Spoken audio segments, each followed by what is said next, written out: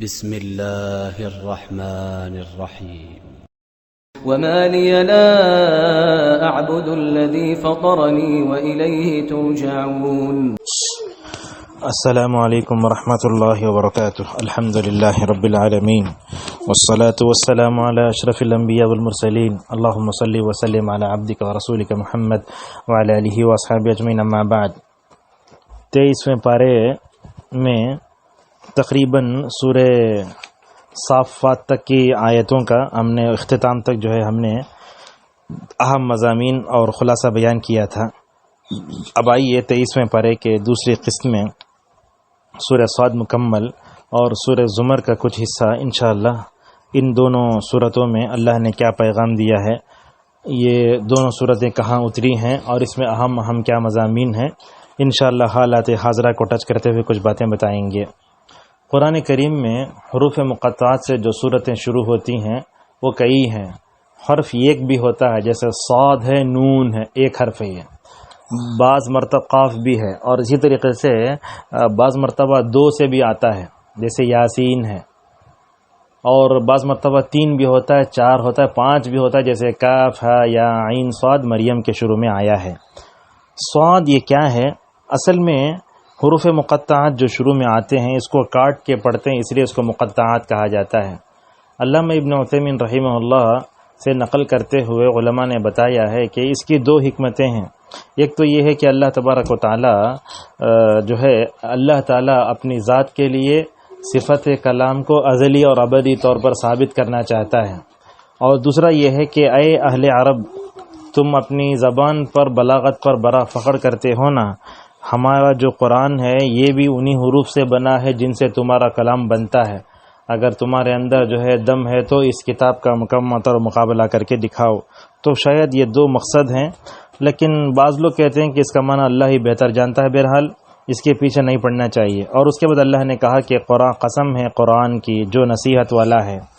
اس کے بعد کفار مکہ نبی کریم صلی اللہ علیہ وسلم سے جو چیزیں کر رہے تھے مکی دور میں، اس کی طرف اشارہ ہے. نبی جب عقید توحید کی دعوت لے کر اٹھے تو کفار مکہ نے کیا کہا؟ یہ جادوگر ہے، جھوٹا ہے، ہمیں اب تک 360 بتوں کو پوج لے ہوتے، ہر دن ایک بت، پورے سال میں 360 دن آتے، تو ہم اس کو پکارتے ہیں، لیکن یہ کہتا ہے کہ سب ملا کے ایک کچھ ہے، یہ ہو ہی نہیں سکتا، اور یہ بڑی عجیب چیز ہے. اور ابو طالب کے پاس جا کر انہوں نے نبی کریم صلی اللہ علیہ وسلم کے بارے میں کہا کہ اپنے بھتیجے کو تم ذرا سمجھا لو. تو اللہ تبارک و تعالی یہاں اس کا تذکرہ فرماتا ہے.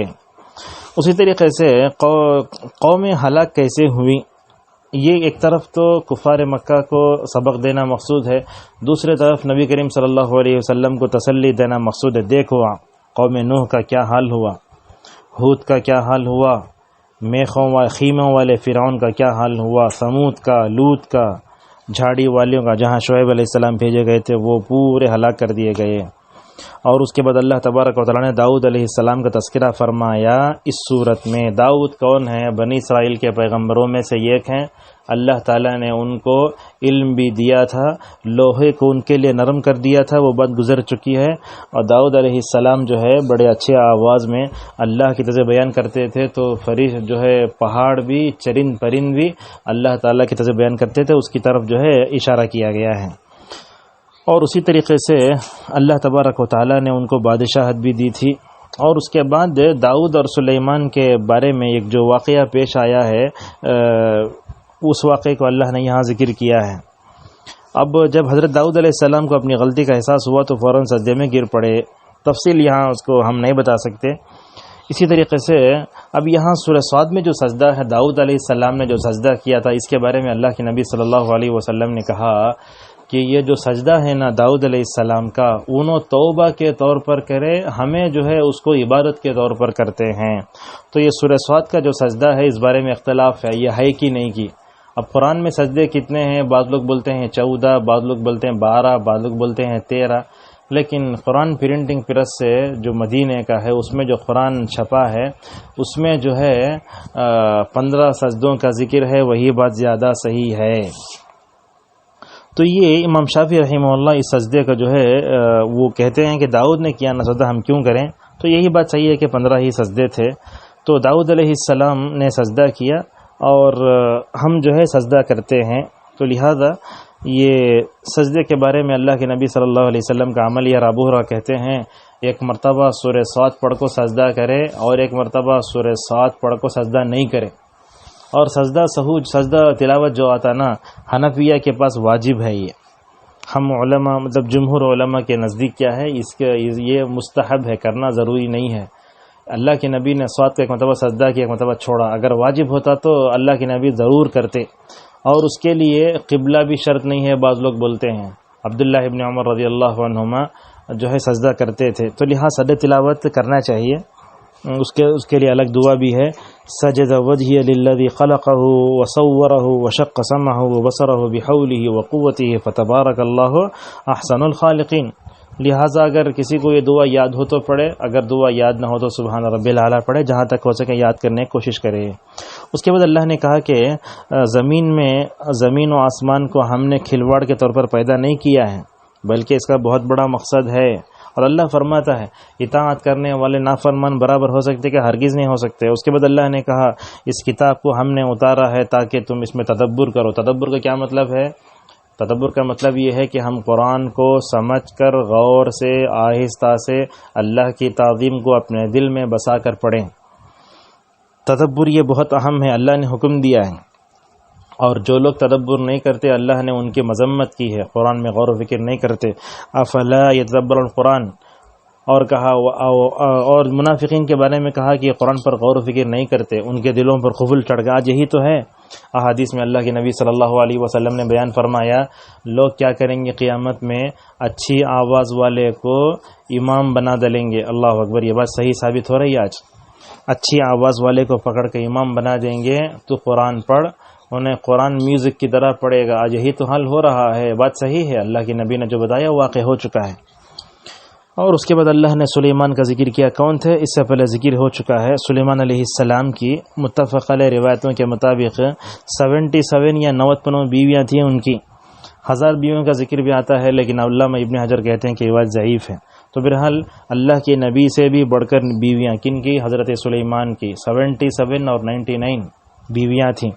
اللہ تعالیٰ نے بادشاہت بھی دی اور اللہ نے نبوت بھی دی. بولے سلیمان اے اللہ یہ دونوں تو مجھے دے دیا نا, اس کا حق میں ادا نہیں کر سکا, میرے بعد کسی کو یہ دونوں ملا کو مت دے. تو اسے چھوا. حضرت سلیمان کے بعد کون بھی نبی بھی نہیں بادشاہت ملکوں نے, خالی نبی تھے بادشاہ نہیں تھے. تو اللہ نے حضرت سلیمان علیہ السلام کو بھی آزمایا. کیا آزمایا؟ انہوں ایک دن بولے میں اپنی بیویوں کے پاس جاؤں گا, سب سے اپنی ضرورت پوری کرا تو ان میں سے جو بچہ پیدا ہوگا اللہ کے راستے میں وقف کر ڈالوں گا میں. لیکن وہ بات کر کے جو ہے انہوں انشاءاللہ نہیں بولے. تو معلوم یہ ہوا کہ بڑا نبی بھی اگر کوئی کام انشاءاللہ کے بغیر بولتا ہے تو وہ کام نہیں ہوتا. اور اس کے بعد اللہ تبارک و تعالیٰ سے انہوں نے معافی مانگی اور اللہ تبارک و تعالیٰ نے کہا کہ ہم نے ان کے لیے نرم کر دیا تھا ہوا کو, جہاں چاہے وہ لے جا سکتے تھے. اور وہ جو ہے شیطان بھی ان کے جو ہے پاس کام کرتے تھے, جنات بھی کام کرتے تھے.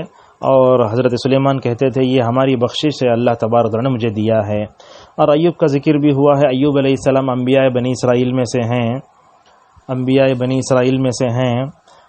18 سال تک اللہ نے آزمایا بیماری میں, پورے چھوڑ کو چلے گئے سوائے ان کی بیوی کے. اللہ تعالیٰ بولا اے ایوب ہم تم کو آزما رہے نا. حضرت ایوب علیہ السلام ذرہ بھی بیزار بھی نہیں ہوئے, اللہ کو گالیاں بھی نہیں دی. یہ نہیں بولے کہ تجھ بیماری دیا سو, جیسا کہ اس سے پہلے گزر چکا ہے. بیماری جب آتی ہے تو اللہ تو بیماری دیا بول کے نہیں بولنا, بلکہ بولنا اے اللہ یہ بیماری آزمائش ہے, اللہ ہی شفا دے گا. جیسا کہ ابراہیم علیہ السلام بولتے سورہ شعراء کے اندر وہ آئے تھے. تو اللہ بولا ٹھنڈے پانی میں تمہیں جو ہے کیا کرو, پیر مارو. جیسے ہی حضرت ایوب علیہ السلام نہانے لگے, بخاری کی روایت کے مطابق سونے کے چڈے اترے. تو حضرت ایوب جو ہے اس کو اپنے دامن میں سمیٹنے لگے. اللہ نے فرمایا اے ایوب یہی ہم صبر کا پھل ہے. بولتے نا صبر کا پھل میٹھا ہوتا ہے, یقیناً صبر کا پھل بڑا میٹھا ہوا. اسی طریقے سے اللہ تعالیٰ نے فرمایا کہ اسماعیل بھی ہیں, یسع بھی ہیں, ذوالکفل بھی ہیں, یہ پورے انبیاء ہیں. یہ انبیاء جو ہے ان کا بہت بڑا درجہ ہے دنیا اور آخرت میں۔ اس کے بعد آخرت میں جو چیز ملے گی پلایا جائے گا، اور جو ہے ویلکم ہی نہیں کریں گے۔ کافر جب جہنم میں جائیں گے تو روتے گھسیٹتے ہوئے جائیں گے، لیکن جب مومن جائیں گے تو بہترین ویلکم کر کے سلام کر کے ماشاءاللہ اندر جائیں گے۔ اس کے بعد اللہ تبارک و تعالیٰ نے حضرت آدم علیہ السلام کو تذکرہ کیا ہے، اس سے پہلے آدم کے تذکرہ کا جو ہے ہم بتا چکے ہیں۔ آخری میں فرمایا کہ اے نبی صلی اللہ علیہ وسلم، آپ یہ کہہ دیجئے کہ میں جو تم کو بلاتا ہوں نا اللہ کی طرف، میں تم سے کوئی اجر نہیں مانگتا، اور میں تکلف کرنے والوں میں سے نہیں ہوں۔ تکلف کسے بولتے؟ ایکٹنگ کرنا۔ ایک چیز نہیں ہے سکے ایکٹنگ کرنا۔ جیسے کچھ لوگوں کی طاقت یہ ہوتی ہے، پیسے نہیں رہتے قرض لے کو اچھے کپڑے پہنتے، شریعت کے اندر یہ مذموم ہے۔ حضرت عبداللہ ابن عمر رضی اللہ عنہما کہتے ہیں اللہ کے نبی صلی اللہ علیہ وسلم نے ہمیں تکلف سے منع فرمایا ہے، اور تکلف نہیں کرنا چاہیے۔ آدمی سیدھا سادہ رہے، ایکٹنگ نہیں کرنا۔ بعض لوگ اوور ایکٹنگ کرتے تکلف کرنے کی۔ تکلف پسند نہیں ہے، بلکہ اللہ کے نبی صلی اللہ علیہ وسلم کے صحابہ کے بارے میں ابن مسعود رضی اللہ عنہ نے کہا کہ اقلہم تکلفا، ان کے اندر تکلف نہیں تھا۔ تکلف کیسے ہوتا دیکھو، مثال کے طور پر کسی کے پاس بیٹی ہے، انہیں جو ہے اپنی بیٹی کی شادی کرنا چاہتا ہے تو نکاح کا کھانا نہیں کھلاتا، تو لوگ کیا کرتے اسے بولتے ہر جگہ بیٹی کا شادی ہوئی تو کھانا کھلاتے نا، تمہیں کیوں کھانا نہیں کھلاتے؟ اب بیچارے کے پاس طاقت بھی نہیں ہے، قرض لے کے، سود لے کے، وڈی لے کے، رشوت لے کے، انٹرسٹ لے کے، لون لے کے اپنی بیٹی شادی کرتے کو تکلف میں کیسے ہوا؟ تو اس طریقے سے تکلف نہیں کرنا چاہیے۔ اور ماشاءاللہ عرب میں آج بھی وہ تکلف نہیں، ایک دم سیدھی سادی طبیعت۔ آپ امام حرم سے ملو، عبد المحسن عباس سے ملو، صالح فوزان سے ملو، ہر ایک آدمی سے مل سکتے۔ تو لہٰذا تکلف طبیعت میں نہیں ہونا چاہیے۔ جو آدمی تکلف کرتا بولتے ہمیشہ اکیلا رہتا ہوں، لیکن جو آدمی سیدھا سادہ رہتا سب اسے ملتے۔ اس لیے اللہ کے نبی صلی اللہ علیہ وسلم نے ابن ماجہ کی حدیث میں کہا کہ مطلب سیدھی سادی زندگی ایمان کا ایک حصہ ہے۔ لہذا رسول اکرم صلی اللہ علیہ وسلم میں تکلف سے دور تھے۔ علماء کو، دعوت کا کام کرنے والے کو، طلباء کو، عورتوں کو، سب بچوں کو، سب تکلف سے دور رہنا چاہیے۔ ہماری جو سیدھی سادی زندگی ہے وہ گزاریں، سادگی ایمان کا ایک حصہ ہے، اور تکلف کرنا جو ہے یہ صحیح نہیں ہے۔ اگر آپ چاہتے ہیں اس بارے میں تو سعود الشعیم حفظہ اللہ، امام حرم مکی کا چند دن پہلے خطبہ ہوا تھا، اس خطبے میں انہوں نے بتایا تھا کہ تکلف یہ عجمیوں سے پیدا ہوا ہے، اعوذ باللہ من ذالک۔ اور اس کے بعد فرمایا کہ اے محمد صلی اللہ علیہ وسلم، تم جو ہے چند دنوں کے بعد جو ہے لوگوں کو بتا دو کہ ایک وقت آئے گا سب اپنے اپنے جو ہے اعمال کے بارے میں جان لیں گے۔ زمر تقریباً اس میں 8 رکوع ہیں، 75 آیتیں ہیں، مکی صورت ہے۔ محمد بن محمد المختار الشنقیطی حفظہ اللہ کبار علماء میں سے ہیں، ان کا ایک اس سورت کے بارے میں جو ہے مکمل طور پر ایک لیکچر ہے۔ وہ کہتے ہیں کہ سورۃ الزمر جو ہے سورۃ التوحید ہے، اس میں اللہ نے توحید کے بارے میں ذکر کیا ہے۔ یہ کیا ہے یہ زمر؟ زمر کسے جماعت کی شکل میں، جہنم میں بھی لوگوں کو جماعت کی شکل میں لے جایا جائے گا، اور جنتیوں کو بھی جو ہے جماعت کی شکل میں لے جایا جائے گا، اس کی طرف اشارہ ہے۔ اور یہ وہ صورت ہے جس کے شروع حروف مقطعات جسے شروع ہوتی تنزیل الکتابی۔ اس صورت کے شروع میں اللہ نے بتایا اپنی عبادت میں اخلاص پیدا کرو، اللہ کے قریب ہو جاؤ، یہ معبودان باطلہ کے قریب مت جاؤ۔ اور لوگ بولتے ہیں کہ اللہ کے لیے بیٹا ہے، اللہ تعالیٰ کے لیے بیٹا کہاں ہے؟ اللہ کی ذات پاک ہے، وہ اکیلا ہے، زبردست ہے۔ اور اللہ تعالیٰ دن رات کو پیدا کیا، دن کو رات میں، رات کو دن میں داخل کرتا ہے، سورج چاند کو تمہارے لیے مسخر کیا۔ یہ سب چیزیں دیکھ کر اللہ عزیز و غفار ہے، اس کو چھوڑ دوسرے کی پیروی کرتے۔ اور اللہ نے فرمایا دیکھو ہم نے دنیا میں 8 جوڑے پیدا کیے ہیں جانوروں کے، اس کا ذکر جو ہے سورہ الانعام میں ہے۔ اور اللہ فرماتا ہے انسان جب ماں کے پیٹ میں ہوتا نا تو 3 اندھیرے ہوتے ہیں اس کو، ایک تو پیٹ کا اندھیرا، دوسرا رحم مادر میں، اسی طریقے سے 3 اللہ تعالیٰ جو ہے تاریکیوں میں انسان کو پیدا کرتا ہے۔ اللہ نے اس کے بعد کہا لا الہ الا ہو، اور اس کے بعد کہا کہ اگر تم ناشکری کرو گے تو اللہ تم سے بے نیاز۔ یہ بات یاد رکھیں، عبادت کرے تو اللہ کا کچھ بھی فائدہ نہیں ہے، اگر ہم نافرمانی کیے تو بھی اللہ تعالیٰ کے کیا بھی بگڑتا نہیں، آسمان پہ تھوکے جیسا۔ اطاعت کرے تو ہم لوگوں کو ثواب ملے گا، اگر نافرمانی کرے تو اس کا بھگتنا پڑے گا قبر میں اور آخرت کے مراحل میں۔ اس کے بعد اللہ نے فرمایا انسان ایسا ہے تکلیف پڑے تو لمبی دعائیں کرتا ہے۔ یہ بات یاد رکھیں آپ، کرونا وائرس کے اس موقع پر لوگ لمبی لمبی دعائیں کر رہے ہیں، قبول کیوں نہیں ہوتی؟ وجہ یہ ہے جب خوشحالی میں موج مستی کرتے تھے، فل انجوائے لائف، لیکن تکلیف ہوئی تو لمبی دعائیں کرتے نہیں. اللہ کے نبی صلی اللہ علیہ وسلم نے فرمایا تعرف الی اللہ فی الرخاء یعرفک فی الشدہ. فرمایا کہ اگر تم خوشحالی میں اللہ کو یاد کرے تو مصیبت کے وقت جو دعائیں گی وہ قبول ہوں گی. لہذا ہم جو ہے خوشحالی میں موج مستی کرتے دعا نہیں کرتے تو اللہ قبول نہیں کرے گا دعا. تو اس طریقے سے ہمیں اللہ تعالیٰ سے ہمیشہ دعائیں مانگتے رہنا چاہیے. اللہ نے یہ بھی فرمایا رات میں تہجد پڑھنے والے سونے والے برابر نہیں ہو سکتے. اور اللہ نے فرمایا جاننے والے نہ جاننے والے برابر نہیں ہو سکتے. اللہ نے بھی فرمایا اے میرے بندو دنیا میں تم اچھے کام کرتے رہو، اللہ کی زمین بہت کشادہ ہے اور اللہ تبارک و تعالیٰ صبر کرنے والوں کو بغیر حساب و کتاب کے بدلہ دے گا. وہ کیسے دے گا نہیں معلوم ہے. اور اس کے بعد اللہ نے فرمایا کہ قیامت کے دن اللہ تعالیٰ کافروں سے کہے گا جو تم چاہے کرو. قیامت کے دن کافر جو ہے دنیاوی اور اخروی دونوں طور پر نقصان اٹھانے والوں میں سے ہو جائیں گے. اللہ تعالیٰ ایسے انگاروں میں رکھے گا، نیچے سے بھی گرم، اوپر سے بھی گرم، ادھر سے بھی گرم، ادھر سے بھی گرم. اللہ اکبر. اور اس کے بعد اللہ نے فرمایا کہ مومن وہ ہوتا ہے اچھی بات سنا تو اس پہ عمل بھی کرتا ہے ماشاءاللہ، اور یہی لوگ جو ہے عقل مند ہیں. اور اس کے بعد اللہ نے فرمایا جو لوگ اللہ سے ڈرتے ہیں ان کے لیے روم ملیں گے ماشاءاللہ، روم پر روم، کمرے پر کمرے. اور دیکھو اللہ تعالیٰ زمین میں کیسے جو ہے نہروں کو بہاتا ہے، اس نہر سے پانی آتا ہے، سوکھی جو ہے جو کھیتی ہوتی ہے وہ لہلہا اٹھتی ہے، پھر سوکھتی ہے، پیلی ہو جاتی ہے، ختم ہو جاتی ہے. دنیاوی زندگی بھی ایسی ہی ہوتی ہے. اور اللہ نے یہ بھی فرمایا اللہ تعالیٰ جس کے لیے اسلام جس کے سینے کو اسلام کے لیے کھول دے بہت بڑا ہے وہ. اور اللہ نے فرمایا جس کا دل سخت ہو جائے اس کے لیے تباہی ہے. آج ہم دیکھتے ہیں ہمارے دل سخت ہو گئے ہیں، ہاں دل نرم نہیں ہے. اور اللہ نے اس کے بعد فرمایا قرآن کو جب سنتے ہیں مومن کا اثر کیا ہوتا ہے. جیسے کوئی مطلب ناقابل یقین خبر سن لیے تو ہمارے بال پورے کھڑے ہوتا نا، اسے بولتے رونگٹے کھڑے ہونا. مومن کو ایسے ہونا چاہیے کہ مومن جب وہ قرآن کو سنے تو اس کے رونگٹے کھڑے ہو جانا چاہیے. یہ چیز دیکھتے ہیں تو صلاح البدیر کی تلاوت میں بھی اور سعود الشریم اور ماہر معقل کی تلاوت میں ہے. لہذا ہم ہندوستان کے قرآ کو چھوڑ کر ائمہ حرم کی قرات کو سنیں. اور مکہ مدینے میں چونکہ قرآن اترا تو وہاں کے پڑھنے کا انداز اور وہاں کی تاثیر الگ ہی ہوتی ہے. لہذا مومن ڈرتا ہے، اس کا دل اس کا چمڑا سب نرم ہو جاتا ہے، ہونا چاہیے.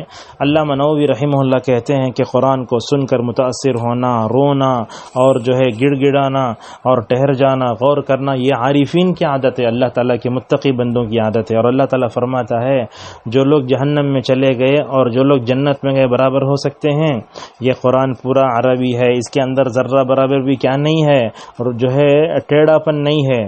اللہ فرماتا ہے کہ ایک آدمی ہے صحیح ہے اور ایک آدمی ہے کمزور، دونوں برابر ہو سکتے ہیں نہیں ہو سکتے. اس طریقے سے اللہ تعالیٰ اور مخلوق دونوں یہ ہے یعنی ایک نہیں ہو سکتے. اور اللہ نے آگے فرمایا کہ اے محمد صلی اللہ علیہ وسلم آپ بھی مرنے والے، لوگوں کو بھی مرنا ہے اور سب کو قیامت کے دن جمع ہونا ہے. تو 23ویں پارے کا یہ خلاصہ یہیں ختم ہوتا ہے. وآخر دعوانا الحمد للہ رب العالمین.